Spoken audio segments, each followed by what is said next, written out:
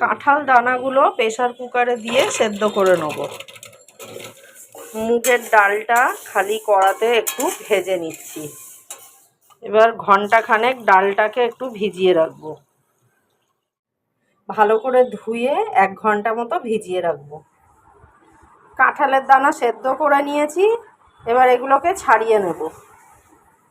1 চামচ ভেজানো চাল, মুগের ডাল দিয়ে দেবো, 2টো বাতাসা আর কাঁঠালের দানাগুলোকে ছাড়িয়ে নিয়েছি, এগুলো এর মধ্যে দিয়ে দিলাম।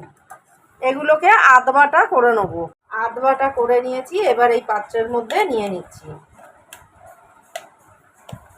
সামান্য একটুখানি আদা কুচোনো, কাঁচা লঙ্কা কুচানো আর নারকেল কোড়া, কালো জিরে, নুন, হলুদ ভালো করে মেখে নেব। ভালো করে মেখে নিয়েছি, এবার সাদা তেলে ভেজে নেব।